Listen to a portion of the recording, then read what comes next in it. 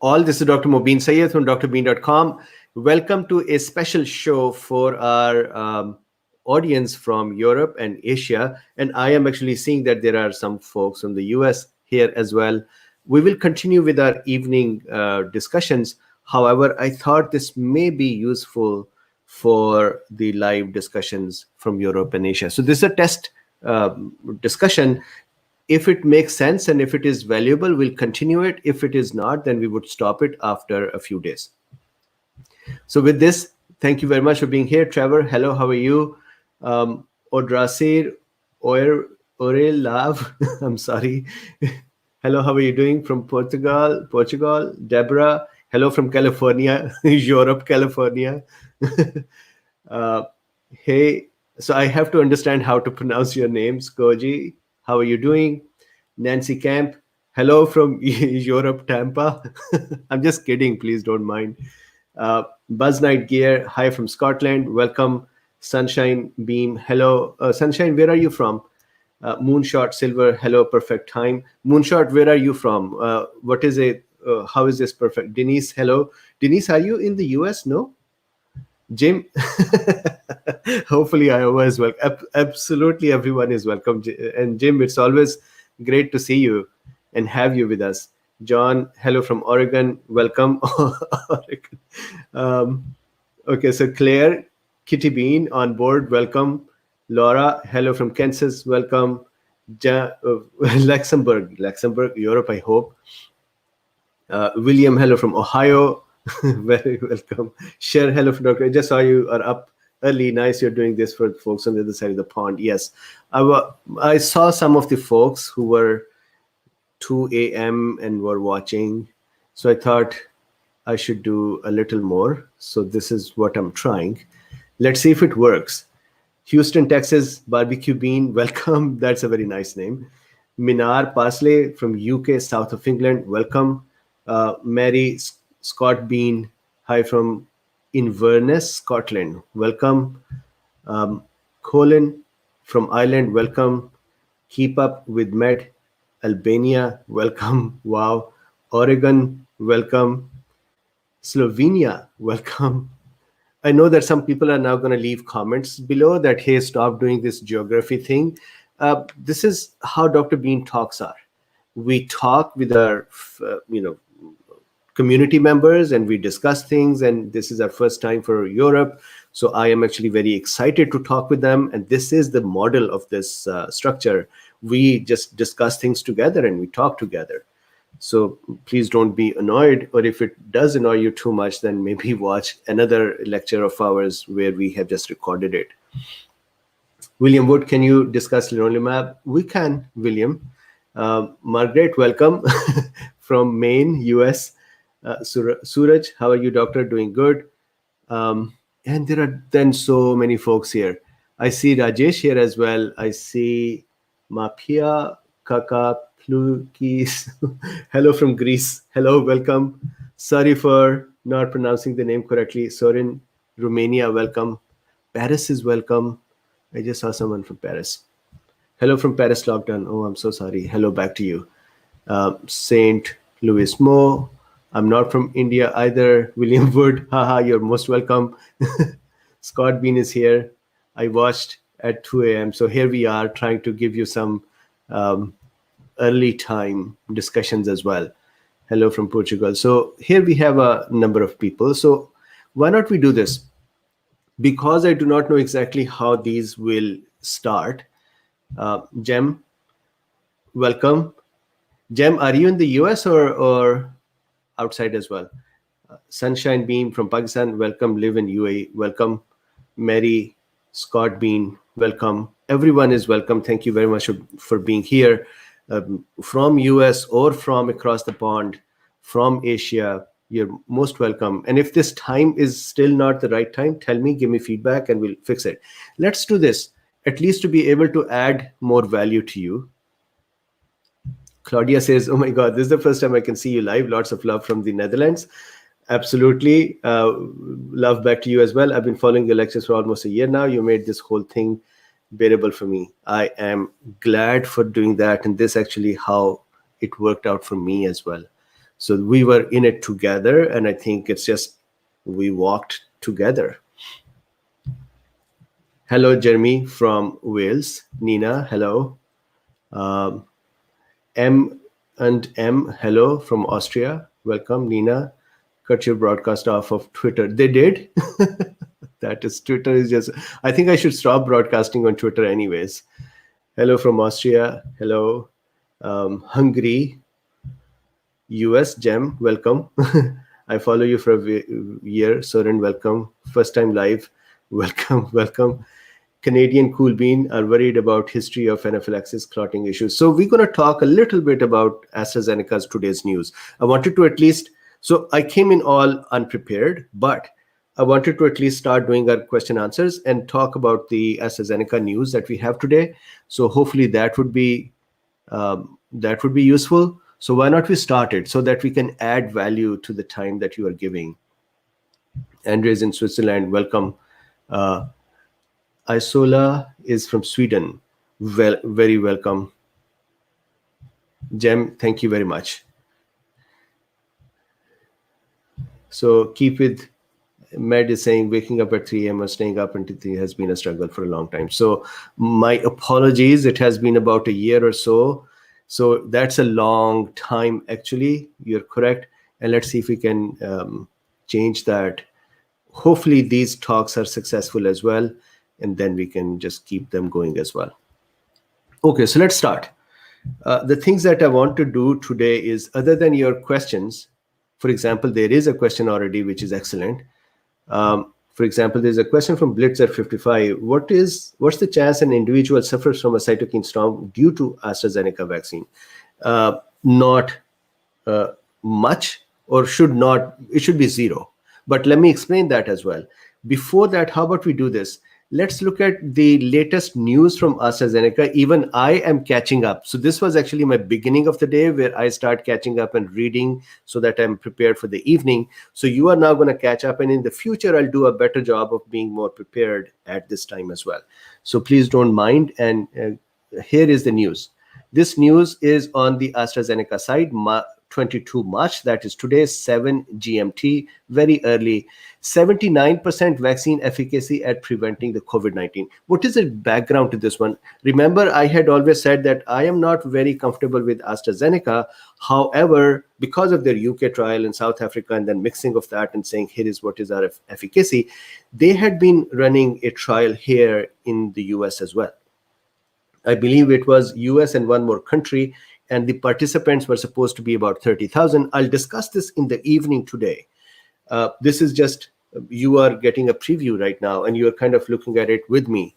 So there were about 30,000 or more participants, and the results just came out. Now, the backdrop to all of this is that AstraZeneca in Europe has not been doing very well, at least from this point of view, that there have been people with bleeding and with clotting issues.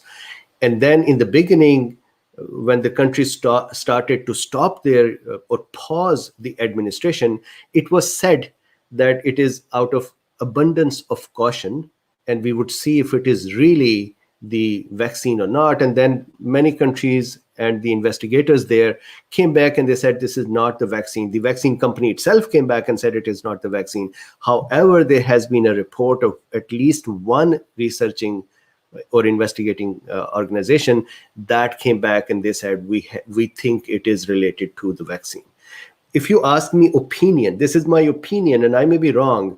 I think it is related to vaccine because it is happening with the vaccines. However, the data that I'm missing that can counter my opinion. This opinion is formed from all this news. The data that would counter my opinion is going to be the data that shows that AstraZeneca's number of clots that occurred and the similar group of people, let's say we take another 30,000 people in the same community and they have the same number of clots, then you can say, yeah, it appears in the same number of people equally with the same demographics, same socioeconomic stratum and so on. If not, then it is attributed to the vaccine. So I have to do some more research and talk about it. That was just my opinion. And feel free to say I'm wrong because my opinion is that I can be wrong. Now here, this is the US trial. 79% vaccine efficacy at preventing symptomatic COVID-19.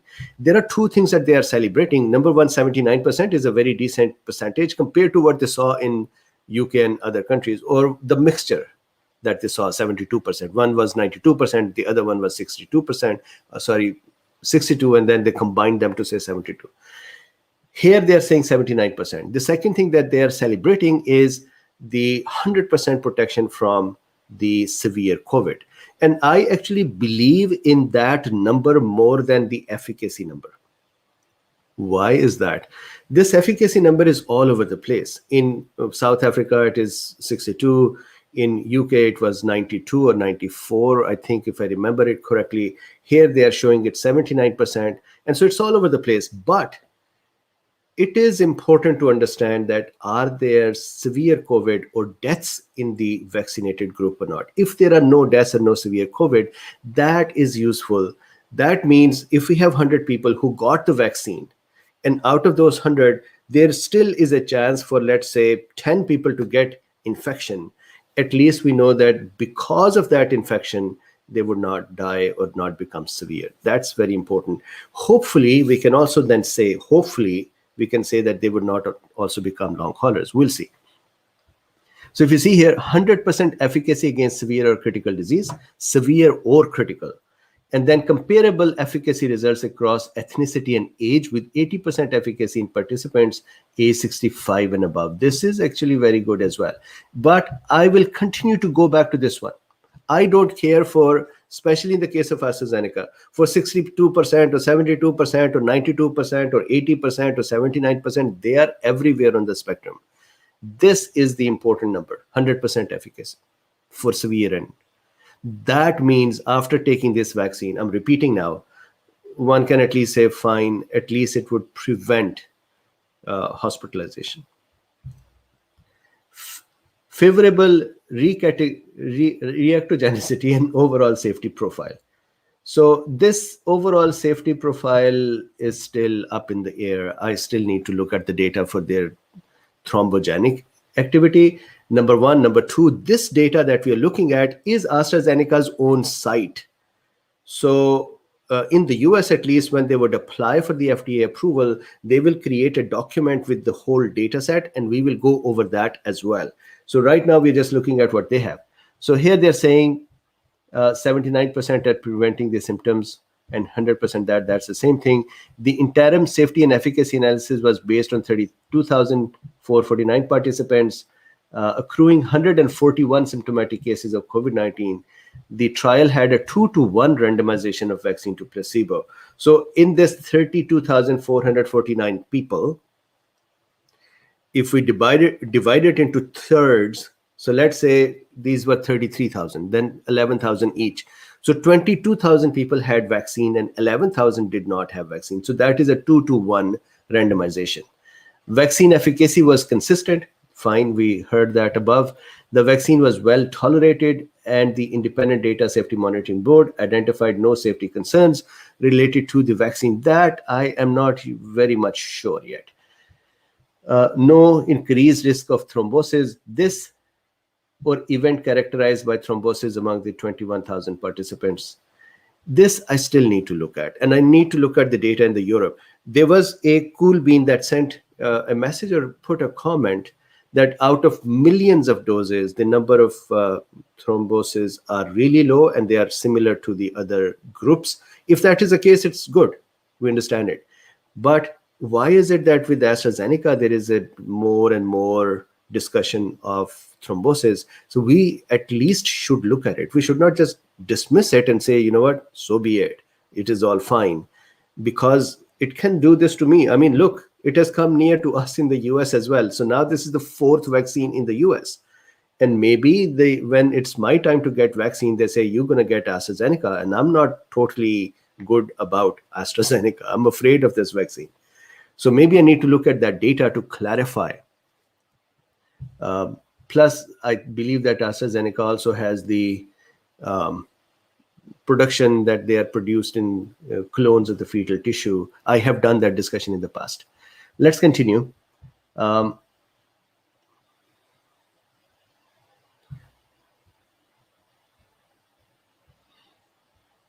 So they are saying, there are people who are saying that these results add to the growing body of evidence that shows this vaccine is well tolerated. Fine. We are preparing to submit these findings to the US Food and Drug Administration and for the rollout of millions of doses across America if they are authorized. Amongst participants in the interim analysis, approximately 79% were Caucasian, so that is a larger number. 8% were Black African Americans, that's a smaller number. 4% Native Americans and 4% Asian, and 22% were Hispanic. I don't think that this breakdown is a good number, but still 80% of 22,000. So about 8,000 and 8,000, 16, about 17,000 out of 22 were Caucasians or whites. And then the remaining 5,000 were further divided into Black African Americans, Native Americans, Asians, and Hispanics. So not a great breakdown. Approximately 20% of participants were 65 years and over. That is good. Again, compared to other trials, a lower number. And approximately 60% had comorbidities. This is important. Many of us have comorbidities. So 60% of the participants had comorbidities, such as diabetes, severe obesity, or cardiac diseases. And even then, the protection from severe or critical COVID was 100%. That is an important takeaway. AstraZeneca-led US phase 3 trial included 2 doses administered at a 4-week interval. So their interval is 4 weeks. So dose 1 today, then 30 days later, dose 2. And I believe that it takes another 7 to 14 days for the full protection after that.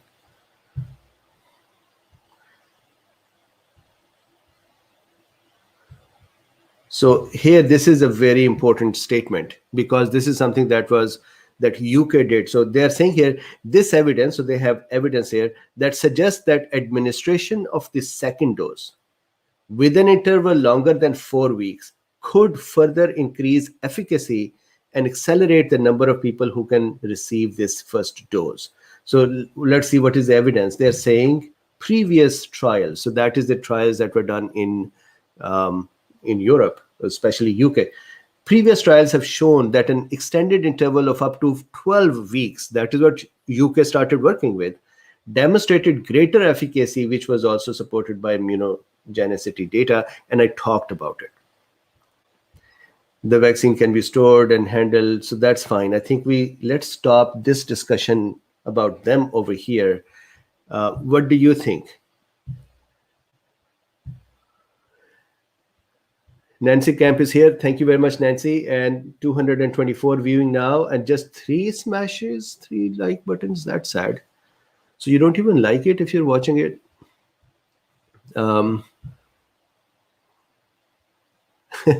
Bambi is here as well. Bambi, I hope that this is a time that is slightly better than the other times. Okay, so Fabio says, could be worse. Switzerland approved a vaccine for which they ordered 0 doses. Oh, wow. Fabio, will there be a European Q&A about diabetes? We can do it. If you would like that the other discussions that we are doing also are brought into European community, I would love to. You decide how would you like to structure this time, and I would structure it that way for you. Nancy says, hello from Colorado.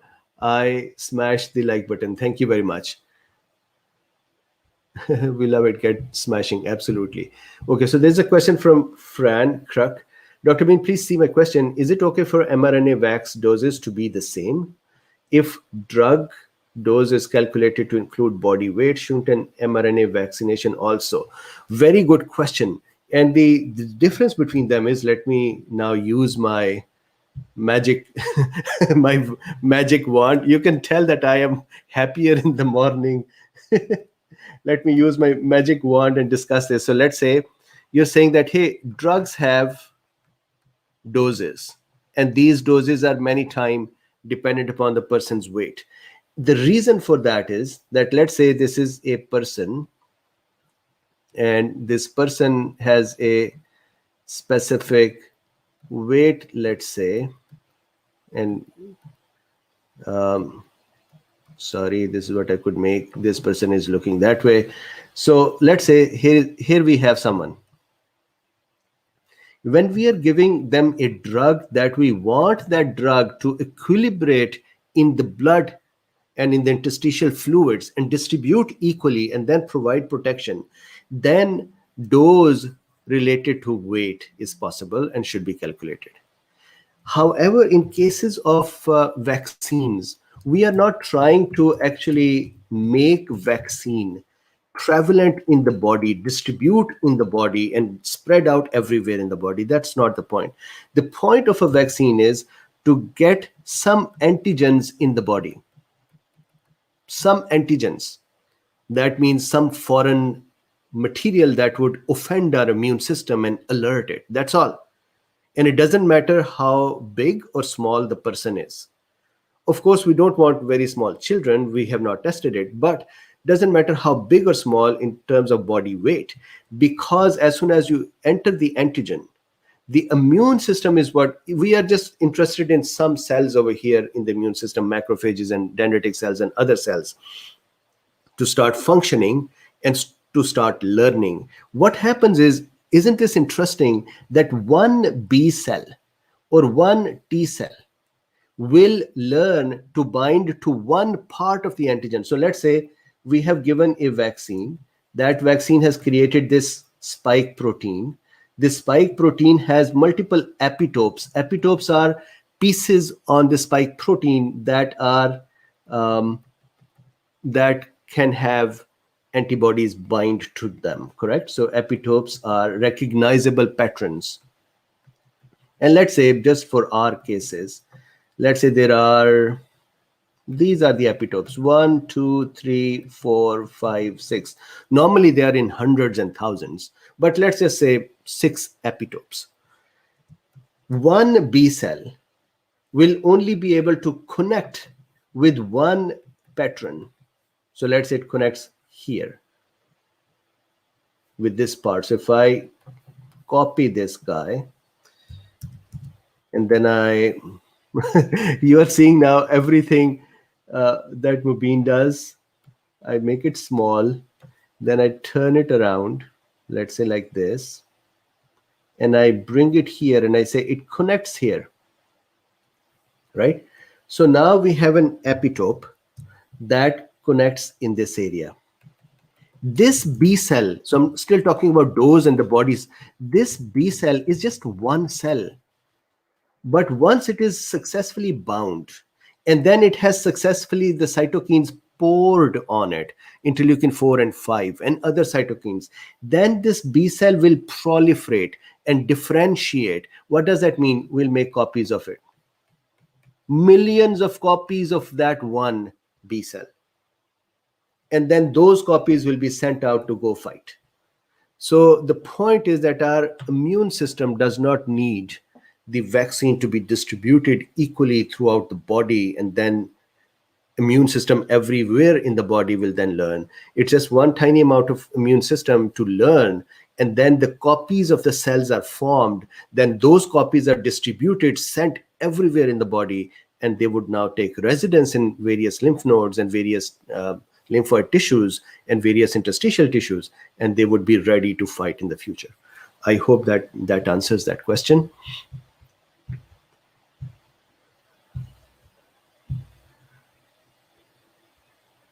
Nina, very good. Now let's see more questions.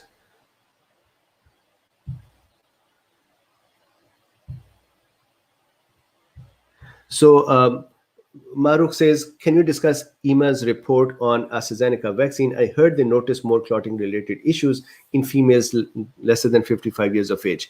And I can look it up with you right now. I was actually going to do this study that it seems like they have actually found a relationship, which so far the researchers and the company was saying there is no relationship.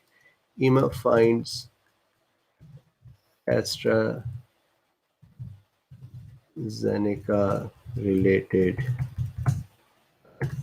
Thrombo. I'm just writing some genicity. 4 days ago, COVID-19 benefits still outweigh. EMA will communicate further as appropriate information. So let's see. So European Medical Agency says COVID-19 vaccine AstraZeneca benefits still outweigh the risk despite the possible link to the rare blood clots. So what they're saying is, if the original wild infection is going to kill, let's say, 2 people out of 1,000, this vaccine would protect these 2 as well, and maybe 2 people out of 100,000. I'm just making up numbers. These are totally wrong.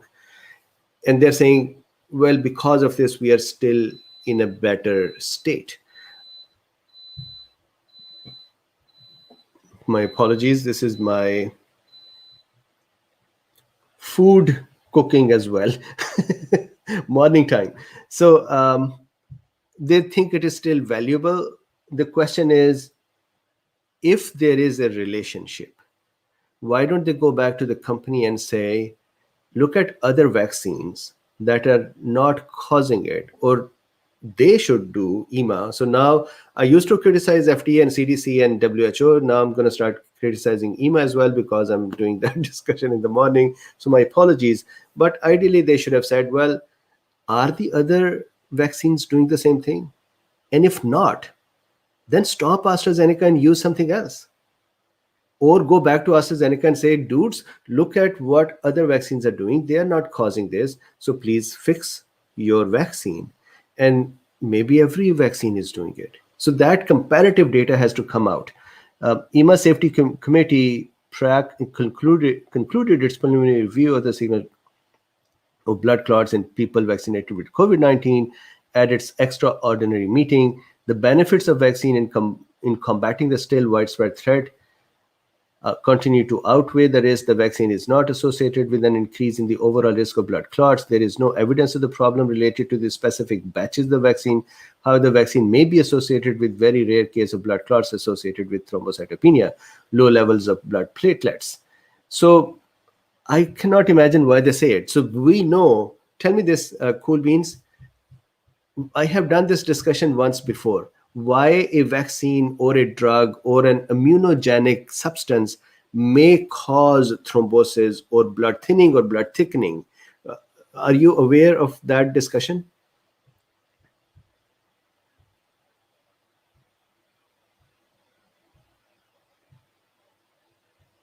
Nancy says microwave beeping. Yeah, so this was, so we have a slow cooker. And so there was some food in there. My family members are cooking. So let's see. If you like, I can explain it. What does it mean?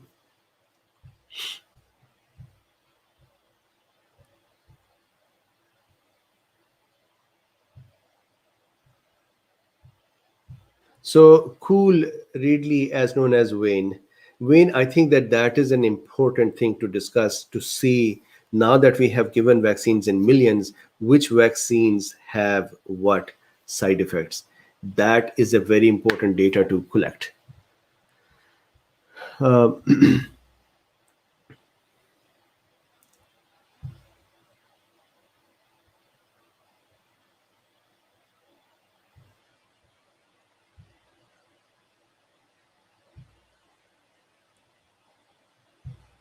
So Chuck Becker says, of the millions and millions of folks getting a jab on any single day, what percent might develop a clot by chance? So from the data that I'm seeing, it is really in a very tiny number. So look at this. Here, UK's MHRA, which has experience with administration of this vaccine to around 11 million people, overall, the number of thromboembolic events reported after vaccine, both in studies before licensing and reports after rollout of vaccine campaigns, 469 reports, 191 of them from the EEA, was lower than that expected in the general population. I don't believe that lower than that in the general population, but anyways, that is the data they have. So even if it is the same, that means vaccine has nothing to do with it. If it is slightly increased, then vaccine has something to do with it. But out of 11 million, 469 reports. Now, what is the current wild type infections death rate? So if I go here and I say we have 2 deaths per thousand, and the hospitalization is, I think, about 20%.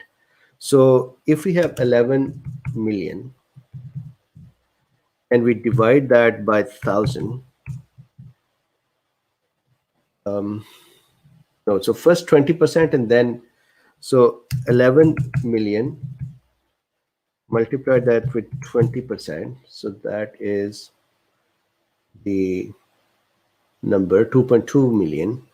And then multiply that, divide that with 1,000, 2,200. These are expected deaths. So instead of 2,200 people dying, there are 469 reports of thromboembolism. What I do not know is that were they saved? If they were saved, then yes, the data shows that the damage by the actual infection is still lower when the person is vaccinated, even if there is thrombosis that is going on. I think that is what they are saying.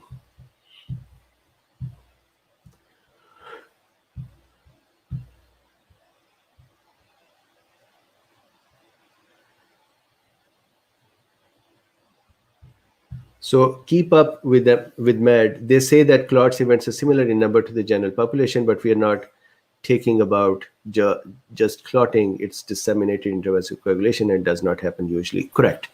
And that is what they actually talk about it next as well. And they're saying the committee was of the opinion that the vaccine's proven efficacy in preventing hospitalization and death from COVID-19 outweighs extremely small likelihood of developing DIC or CVSD.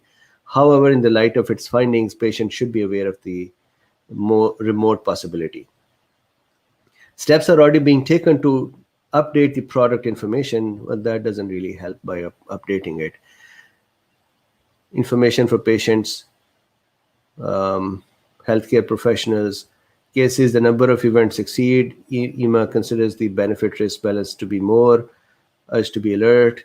Recipient should be warned to seek immediate medical attention for thromboembolism and thrombocytopenia, cerebral blood clots such as bruising or bleeding and persistent headaches. So, so as long as this is not just sufficient, as long as they have the ability to help people developing thromboembolism to kind of recover them quickly and not end up with permanent damage, then it still is a better choice. Plant says, I wonder if prophylactic consumption of natto might help in these blood clot thrombocytopenia, would help as a regulator since it has so many vitamin K. The problem is not with the vitamin K. So let me just very quickly explain that what is happening, or I do not know in case of AstraZeneca what is the mechanism, but mechanism will eventually fall in something like this. So let's say this is a platelet, and let's say this is an endothelial surface. Now we know that platelet like to bind with the endothelial surfaces, or they would love to bind with the broken tissue surface where the collagen and factor VIII type things have shown up. Normally, this does not happen because the broken tissue surfaces are not there. And secondly, this does not happen because the platelet and the endothelium, platelets are just zipping fast. This is like a car running fast on the highway. And then the endothelium is slippery as well. And so they cannot just catch on with each other. This is like a plane that fails to land on the runway because it was too fast. So normally, because of this, there is no clotting. However, it is possible that when the vaccine is given or some immunogenic event occurs that creates antibodies, those antibodies can cause two kinds of reactions, multiple, but in this context. One is, it is possible that these antibodies come and bind here, and they just get stuck on that area of the endothelium and causes local damage, and that damage exposes the collagen and their clotting starts happening. The other is that the antibody can bind to platelet with the binding site, which usually should be rare. The other possibility is that they settle on it with the constant site, which should also be, unless there is constant receptors here. The end result is that if the antigen start binding with the platelets or red blood cells or endothelium, then what would happen is there will be clotting that would start occurring, because things would start aggregating through those binding systems. And now those tiny aggregates would start going through, the snowball effect. They would accumulate more and they would start settling, and that is a thrombosis. So direct damage to the platelet is possible, but mostly the antigens that are produced. It is also possible that the cytokines that are produced, they cause inflammatory responses in the blood vessel as well, and then thrombosis starts there. So Fabio, thank you very much. My wife says she would feel more comfortable with mRNA vaccine instead. Is this concern justified, just bad press? So Cool Beans know from very early on, I am not very much fan of AstraZeneca just because of all of these news. Now, their data has been all over the place as well. Then they tried to aggregate that data together and they said, hey, this is actually fine. Then the duration is an issue as well. First, they said 2 doses separate are not good. Then they said, yeah, it is fine. It actually improves the efficacy. So I do not know exactly what's going on. I personally liked more on the mRNAs. And then even more than that is the Novavax. However, I think the best way to do is to, instead of having opinions, we should look at the data itself and see what is the data saying and then form an opinion. So what I'll do is I will pull that data together, if not today, then tomorrow or day after, and we'll look at that data together.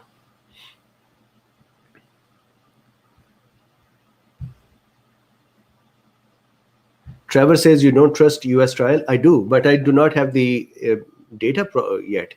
The things that I read are from AstraZeneca's own site. So, and if you look at that, they are saying we didn't find any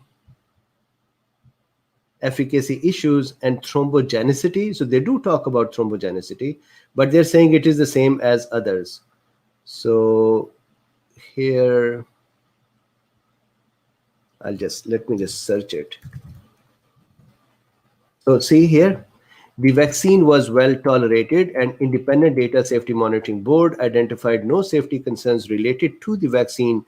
The board conducted a specific review of thrombotic events as well as cerebral venous thrombosis, and with the assistance of the independent neurologist. The DSMB found no increased risk of thrombosis or event characterized by thrombosis. So this is what they're saying. This is what the company is saying. We should look at the data. So that data is not yet available. I'm sure if this is the data, then this is the data.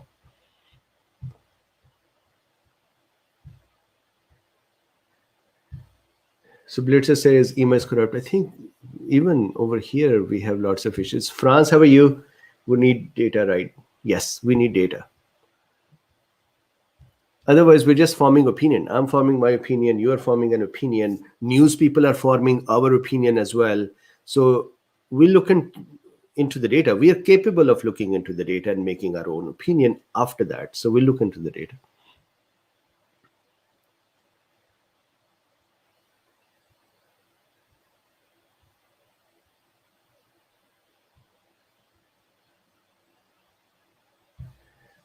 Hat B says, why do so many experts forced to take the vaccine after having COVID infection? They say that the protection is not enough after a few months of the infection, even it was mild. What do you think? So number one, at least from the previous studies and the studies of the SARS-CoV-2, this is incorrect that the protection lasts only for a few months. I think that even some doctors are using this message for their advantage to tell their patients to go take a vaccine. It is actually incorrect. There have been many studies now that show up to 8 months the the infection's protection continues. We know from SARS-CoV-1, and I've been talking about this for a year now, SARS-CoV-1 showed the efficacy or the protection to continue for 2 years and then decline in the third year. And we also know that cytotoxic protection, so this is the antibody protection I'm talking about, cytotoxic protection continues on for decade. So saying that the infection will not have protection in a healthy normal person is incorrect.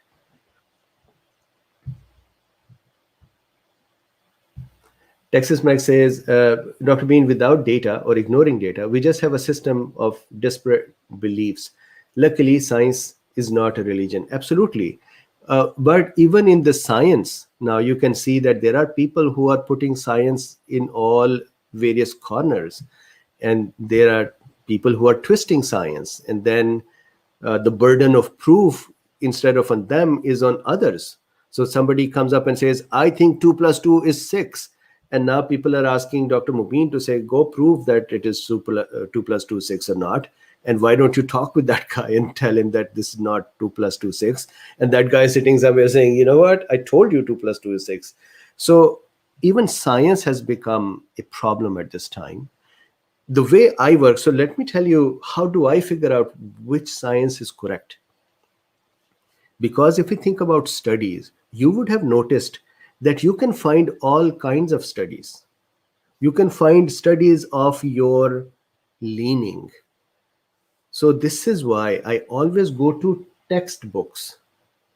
Textbooks may have biases as well, but they still have to be most neutral and most repeatable, most reliable information, because they are textbooks. And so they cannot do just study-based things. So textbooks are the first. And this is why I see some of the cool beans, for example, on my ivermectin videos, hammering me that why don't I take this back, that it can have issues with blood-brain barrier or for pregnant women. And why are you saying this? And you're not doing any favors to people who are administering ivermectin, and you're scaring people away. They don't know that I'm the biggest proponent, and probably in the US, I was the one who started this messaging, and then it was picked up by others and further promoted. But that doesn't mean we start ignoring that part of the data that does not suit us. This is what Goodman-Gilman says. And so that now the people are arguing that, well, Goodman-Gilman meant this. So Texas Meg, even science has become an fuzzy thing now. Okay, so let's continue. Let's see if we can continue to add more value to our European folks. Cool beans. Nina Lord says, question, has anyone tried adaptive biotechnologies T-cell test results? Thoughts? Not yet, but I wanted to do it because I did my COVID immunoglobulin test and they came back negative. So possibly I did not have COVID. Now, if I had COVID and I was done with it, I would have loved it. But fine, I'm not done with it. So I wanted to do this as well. So maybe I'll order it.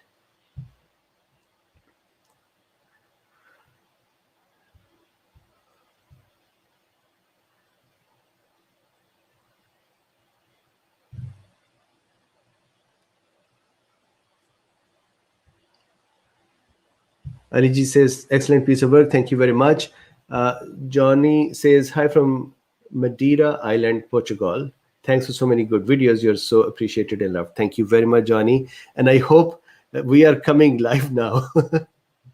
So hopefully that is useful. Fran says, I had COVID in Feb. This Feb, I will pay for an antibody test every 3 months. Absolutely. And I think that you can get the antibody test online.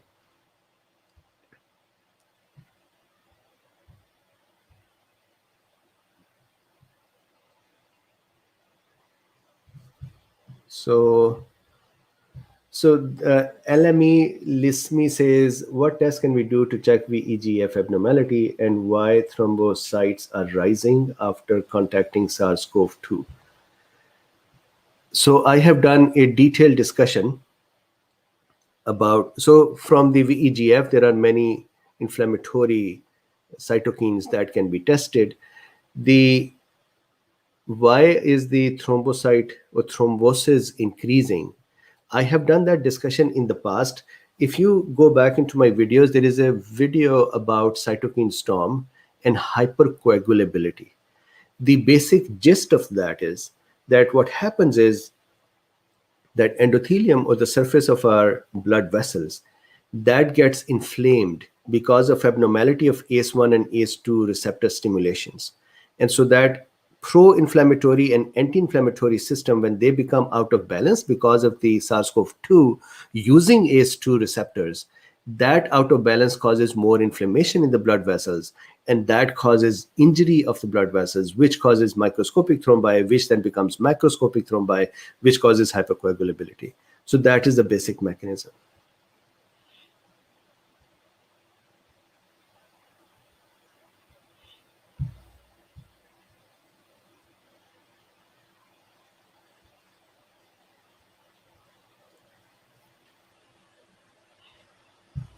So Ilyas says, Dr. Bean, one question, please. Do you think SRI escitalopram has the same similar benefits as fluvoxamine? Depends upon. So let me give you a general answer to this one. If some drug molecule is exactly the same, but is manufactured by a different company, I could say they would have similar answer. If the SSRI mechanisms are the same, but the molecules are different, then you may not have the same responses. And for example, for fluvoxamine, that also is an sigma 1 agonist. This may not be. So I usually go with the studied molecule to say this molecule was studied, and because of that, there is an efficacy that we know. I wish I had a research lab as well, where I would be researching more and then come back and say, I have researched this new molecule as well. So what I would suggest to you is to look at those two molecules. If they are the same molecule, then they have the same behavior. If the molecules are different, then they would not have the same behavior in off-label area. Abdul Razak is saying live at this time. So yes, so I started one more. This is a test set of sessions where we'll do some talks in my morning and in Asia and Europe evenings, and see if that helps, because many of the folks from Cool Beans from Asia and Europe had been saying that it becomes difficult and late for them. So I hope it is useful. If not, then we'll stop. But if it is useful, we'll continue. France, Robin Hood, I'm working on asking William your question. We'll ask him again. Okay, so Barbara, I'm just looking for more question.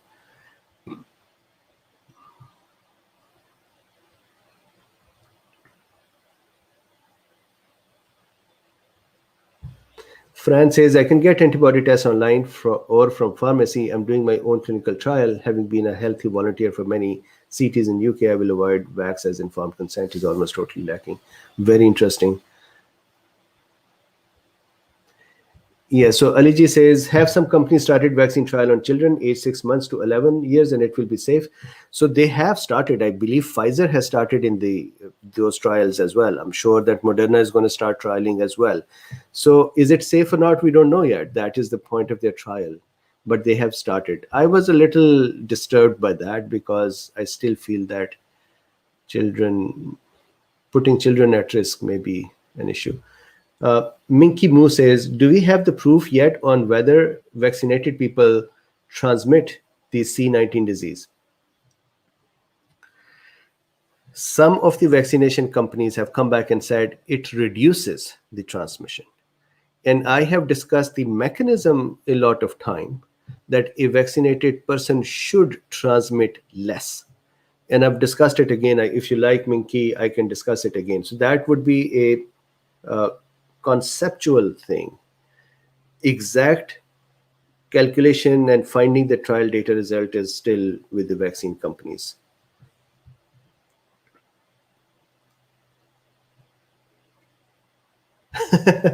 Joanna says, love you, Dr. Bean. I am supposed to be getting a hen ready to roast in the oven. Lol, always we'll listen to you instead. Thank you very much. Appreciate it. The food is also cooking here too.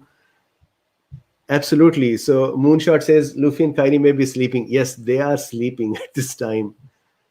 I am still kind of curious that what would happen to Luffy and Kairi. Would they start waking up at this time? I know that my family has gotten some disruption when I announced that I'm going to be doing this talk. And, in the morning, the cooking and the homes matters and watching TV. So all of that is stopped now and they're all asked to go away. So that was a little surprising for them or annoying. But I think this is important as well. Fabio, question: how can a vaccine be unsafe? Fabio, vaccine can be unsafe in many, many ways. For example, as we can see,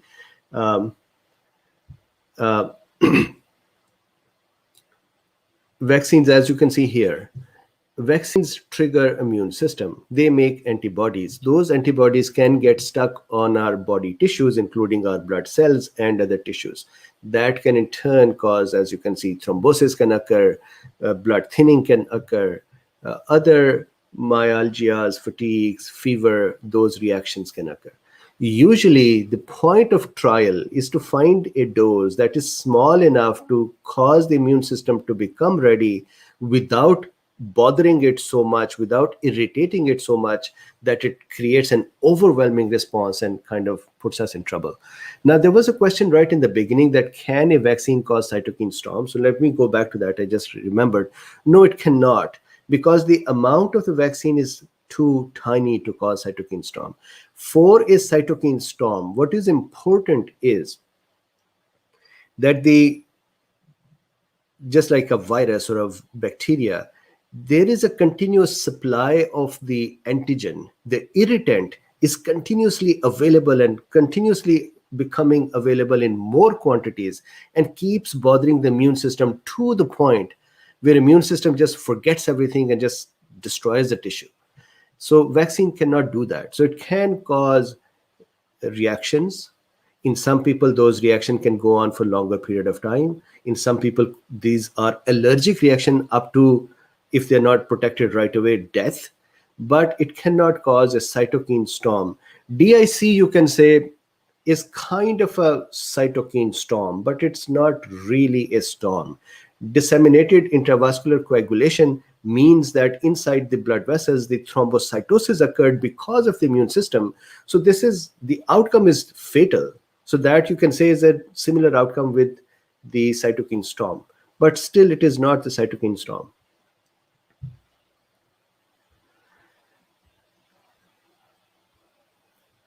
Golmuk says, proxalutamide, fluvoxamine, ivermectin, vitamin D, multiple mouthwashes, Nigella steva, B. propolis, bromhexine, all have shown efficacy, and nasal sprays as well.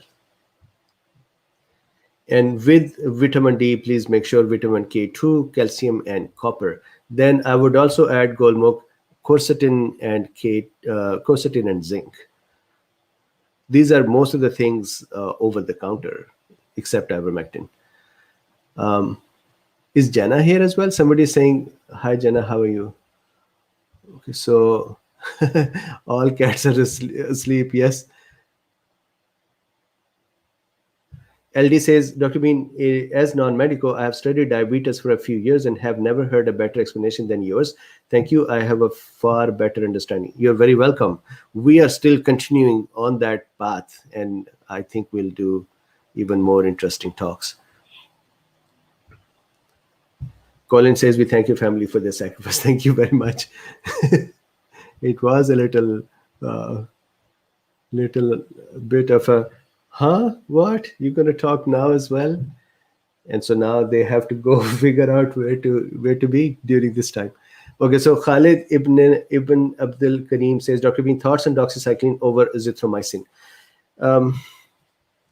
There are some researches that azithromycin may be helpful with the CD147. There are also a research from Dr. Alam. So original Australian research with the ivermectin plus doxycycline. Then that was used in Bangladesh by Dr. Alam as well. So from a trial point of view, doxy with ivermectin has been more successfully used or used with the results. Azithro with hydroxy has been used. So I think I would keep that way. Again, doxy and azithro are basically antibacterial. So they should not have much to do with the virus other than being supportive that if there is a secondary infection of bacteria, then that would be taken care of. Is that molecule doing something other than that? I'm not sure. No study has actually shown it other than azithromycin connecting with CD147 and maybe protective, which I kind of doubt that theory. What else? So how do we make, I'm going to be here for another 5-10 minutes. How do we make this more productive for you? Petra Jobova says, Dr. Bean, did you hear that Emma advised against ivermectin use in Europe? It's all over the news now. Let's see. What are these agencies doing? What is driving them? So Emma and ivermectin. Emma advises against use of ivermectin for the prevention 6 hours ago. What's up with these? So Emma has reviewed the latest evidence on the use of ivermectin for the prevention and treatment of COVID-19 and concluded that the available data do not support its use for COVID-19 outside well-designed clinical trials. In the EU, ivermectin tablets are approved for treating some parasitic worm infestation, while ivermectin skin preparations are approved, also authorized for veterinary use. Ivermectin medicines are not authorized for use in COVID-19 in the EU, and Emma has not received any application for such use. Following recent media reports and publication of the use of ivermectin, Emma reviewed the latest published evidence and small and had limitations. Somebody should ask them that the other drugs that they have approved, weren't these had limitations? Aren't they still showing up with the side effects that are dangerous? Emma therefore concluded, so I am going to end up worldwide in fight with the healthcare organizations. Emma therefore concluded that the currently available evidence is not sufficient to support the use. Although ivermectin is generally well tolerated, all doses authorized for other indications, side effects could increase with the much higher doses that would be needed to. So this side effect could increase is wrong. This is now they're adding an opinion in there. If they really are the medical authority, they should come back and say, here is the dose which is dangerous, and this is what should not be done.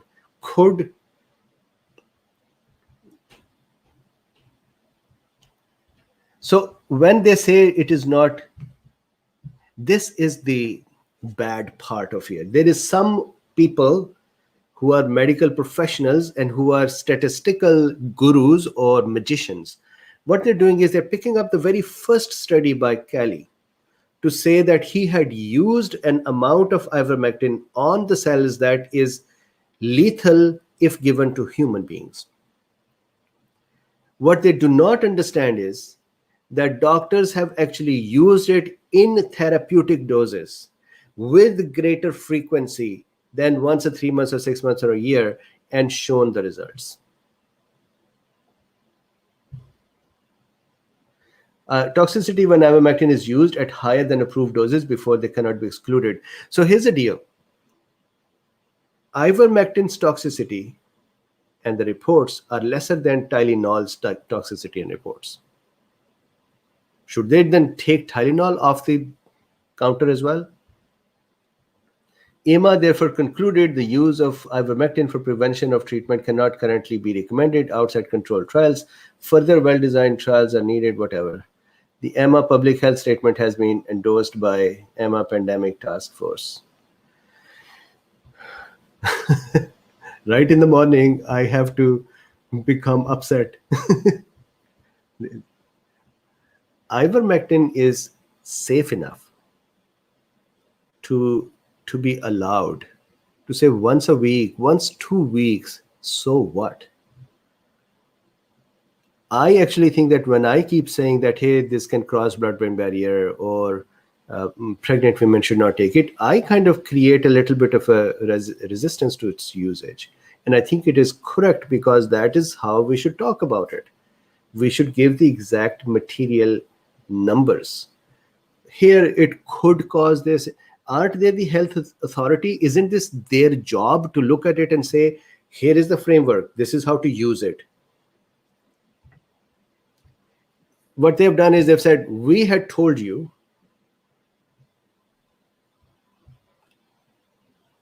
Nancy, I am holding my F bombs.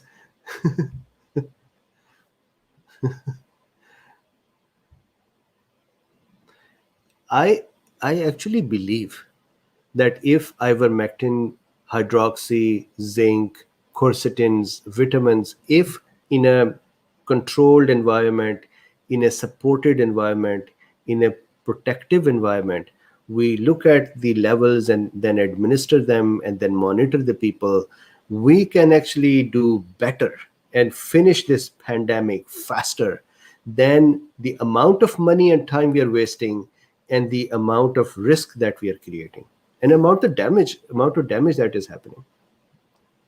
When I did my COVID test yesterday, so thanks to Rima, and it was negative, I was sad. I said to my wife, I said, look, I am still at risk. Imagine if I was over it, I was done. So that is the thing that they need to work on. Anyways, yeah. Question: can you put the link to the video you moderated in the description? So actually, it's very, very simple. Let me show you. I had actually put that in the description that day as well. So what you do is this: you go to YouTube, although I'm sure it is an FLCCC site as well, and search for FLCCC Press. And here is the FLCCC Press. And if you go here, you would see in the videos, this is the one. So you can just say, you can Google it directly as well. If you like, I can put this link right now. And while you are there, subscribe to them as well. I keep asking you to subscribe to me and others. I'm sharing my screen. Sometimes it doesn't work very well. So let me see if I can stop sharing and get the link. Yes, I can get it now. And I'm going to put that link here in the live chat. Cool. So Vivek says, hello, Dr. Mubin. Thanks for your talks. Taking regular ivermectin for the last few months, regular LFT and other blood tests, no changes. Do you recommend 3 months period between 2 doses of vaccine? Thanks. So AstraZeneca says that their data shows that 3 months is fine. So I would just go with the data.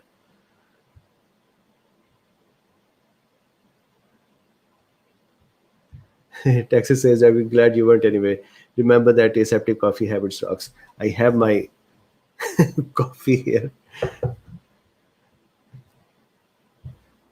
Thank you, Jem. Absolutely. I actually thought that World Health Organizations would do the right thing. It is their job to do the right thing. It is their job to do the researches. I never thought, maybe call me naive even at this age, that I never thought that these would, in a pandemic when people are dying by masses and the world is locked down, this kind of an exceptional time has never occurred to us, at least in our lifetimes, at the global scale, other than maybe worldwide or previous. And I thought people would just drop everything and just do the right thing. Somebody, a friend of mine, had said to me, I think he was here as well, he had said that once the world opens up, we will have a chance to do all the business we want to. This is the time to serve. And look at these people whose job is to serve, and look what they're doing. Maruk says, in Pakistan, almost all doctors are prescribing ivermectin to COVID patients. Unfortunately, not even That is fine, even if there is no RCT. At least they are doing the right thing. And I am kind of, with humility, I was one of the first doctors who started ivermectin transition from hydroxy, plus started asking other doctors to start using it. So I'm happy that Dr. Alam from Bangladesh had lots of influence as well. And of course, the original doctor who did the research and told us all, is the real hero. Building Maker says, because you didn't get COVID, it seems your case demonstrated ivermectin works on other viruses too. It seems so. If it is placebo, that one day I left it and the next day I was down with fever and everything, then it's a strong placebo. And if it was not placebo and some other virus, then ivermectin worked on that too. Or maybe it was COVID. Absolutely, Petra. That is possible that I went the cytotoxic route, or I went the innate route predominantly, or maybe my antibodies are not yet produced in high enough numbers. Ideally, I would not recover if my antibodies or my immune system did not respond. So immune system responded. That is how I recovered.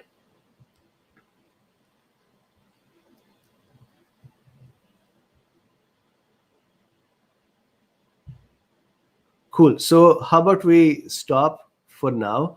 I would request one important thing from you. Other than liking, subscribing, and sharing, and there are links in the description to buy me coffees or be my patron, or to support this work in general, I think that we should all, whoever can, we should support this kind of a work to allow more and more medical knowledge to disseminate to medical students, nursing students, and high school students as well. Just like Wikipedia for medicine, I think it is important to do. But anyways, it doesn't mean that I'm compelling you to do it. It is an exceptional time. We just have to share knowledge as much as we can. The other request that I was going to put to you is to tell me, how do we use this time? What is the best that you would like? Latest news, or talking about, like in the US, now we have started talking about diabetes as well. So please help me structure this that it becomes the most valuable for you. So give me your thoughts, and I would stop for now. Let's see, there are a few more questions. Let me see if I can comment and then move. So Unbroken says, how about NSE for helping heal the lungs and possible protection? Also Chagan. So if Unbroken, if you would see, I was one of the first ones who talked about NSE. So if you go here, the NSE, and 10 months ago, I talked about NSE. Then 7 months ago, I talked about the overall prophylactic usage of various things, or management usage of various things, and I talked about NSE. So I have been talking about NSE for a long time. I'm sorry I did not share it. So if you see here, NSE 10 months ago, treatment option 7 months ago, and then, so the NSE, yes, it's very useful. Then there is another question.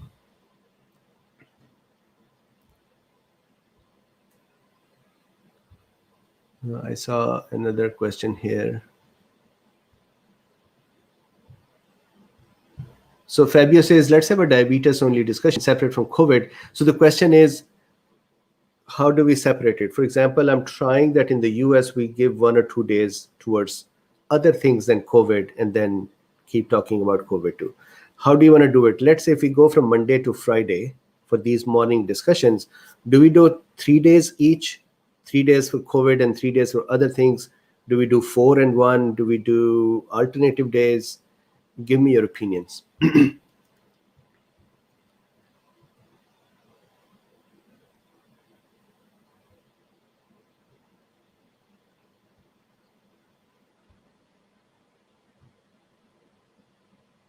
So there, Alberand, hydroxychloroquine allowed for patient with one kidney, or ivermectin preferred? Hydroxy is not known to be toxic to kidney. So they both are fine, but still the dosage and everything has to be adjusted. So this is something that you sit down with your doctor and say, this is the dose I need. And then doctor would look at your GFR and the functioning and then say, this is the dose calibration.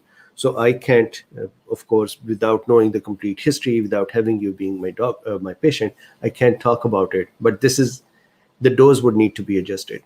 And that is with your doctor.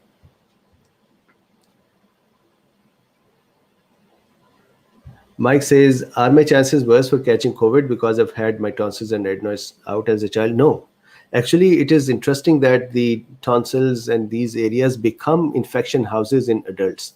So, no, you are actually fine. Cool. So, how about there's one more question.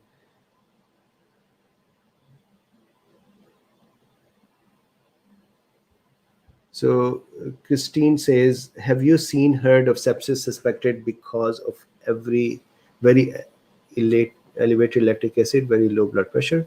Let's see. So you're saying mRNA vaccines and sepsis. COVID-19 sepsis and vaccines, December 10.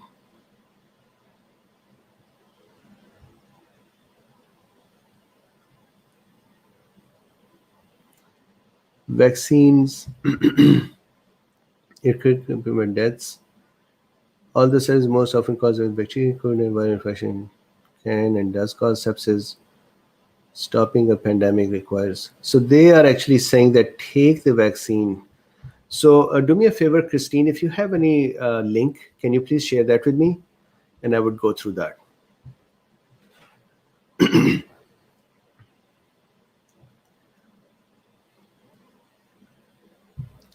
Slightly Slanted says, do you know why the ivermectin miracle is being hidden? Cheap. I don't believe in conspiracies, that there is a conspiracy of trying to get everybody to be vaccinated and there is some sort of killing the people and depopulation. So I don't believe in that. It's just cheap. It doesn't get them money. And the big pharmas and these health organizations have people that interact with each other. Even when they say we have no conflict of interest, they are just in touch with each other. And they pick up the phones and say, hey, this is the drug that is coming in. Or they pick up the phone. Imagine if I'm in big pharma, I'll call someone in FDA and I'll pick up the phone and say, did you hear this crazy news about ivermectin? These guys are going crazy. And the other guy would say, yeah, this is weird. And so I'm not influencing them and they're not influencing me, but there is an unspoken, open communication going on where biasing is occurring. So I think it's money.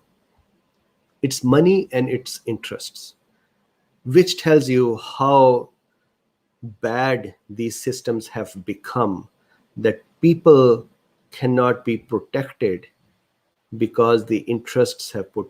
And I'm seeing the same thing with politics as well. It's kind of unfortunate.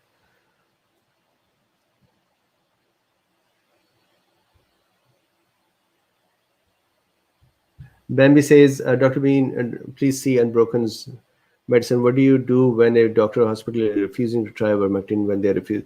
So in the Europe, I do not know. Over here, people have tried. Some hospitals say, okay, fine, we'll do it. Some say we will not do it.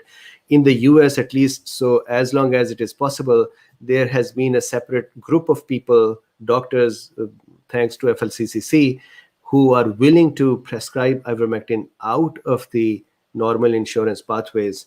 So there is that here. I believe that in Europe, there are online websites from where people have reported to me that they are getting ivermectins from other countries. What I do not know is the quality and the accuracy of that, but that is what's happening.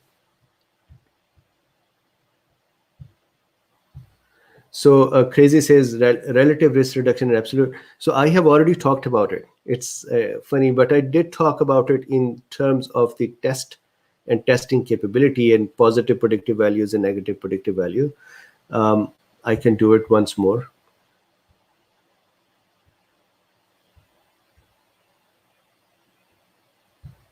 So Slightly Slanted says, no, I'm not that conspiracy guy. Yes, money. It's money. It's money, it's contacts, it's relationships. Holy Angel says, question, Dr. Bean, can you have a live chat and illustration about how ivermectin drugs work together? we can. So they actually do not know the exact mechanism. I can talk about their mechanism separately, but there is no study yet that connects them both. Japan is here. Japan, I see you after a long time. Thank you, Dr. Bean. Cool Beans from Japan. Welcome. Is this a good time, Japan, compared to the evening, my evening, your different time? Cool. So Celtic says, Dr. Bean, thank you, Dr. Bean, thoughtful and honest answer. Unfortunately, my lifestyle medicine physician is not as honest. It's just so disappointing.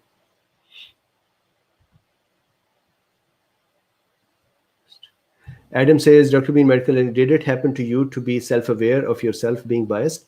So very, very good one.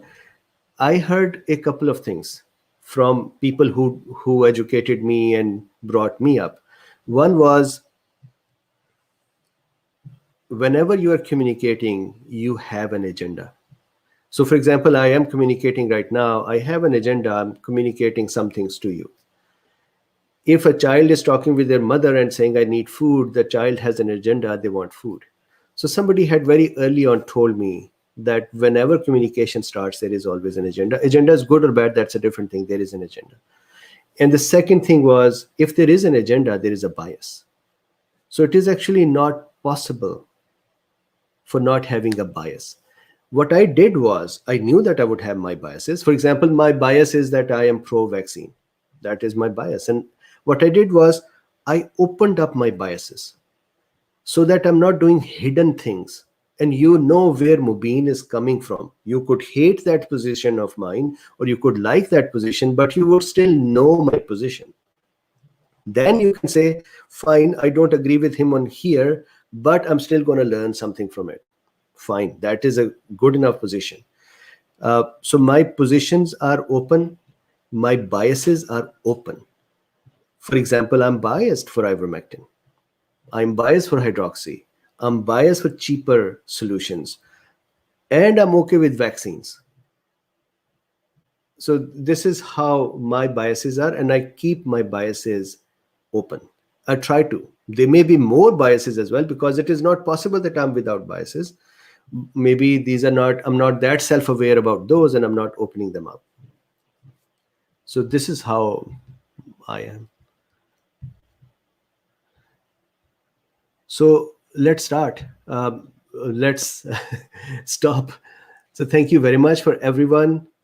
There is a question. Breezy one says, future question. What do we know about the adjuvant for Novavax? So the matrix, or what is it they called, M something, that they are very proud of it. They say it is a great adjuvant. It causes the immune system to be triggered. It is given in very low dose. It is totally safe. However, there have been some studies, and I did that discussion with Novavax in the past. There are some studies that say that adjuvant causes the immune system to become too irritated. So that we know that much. So with this,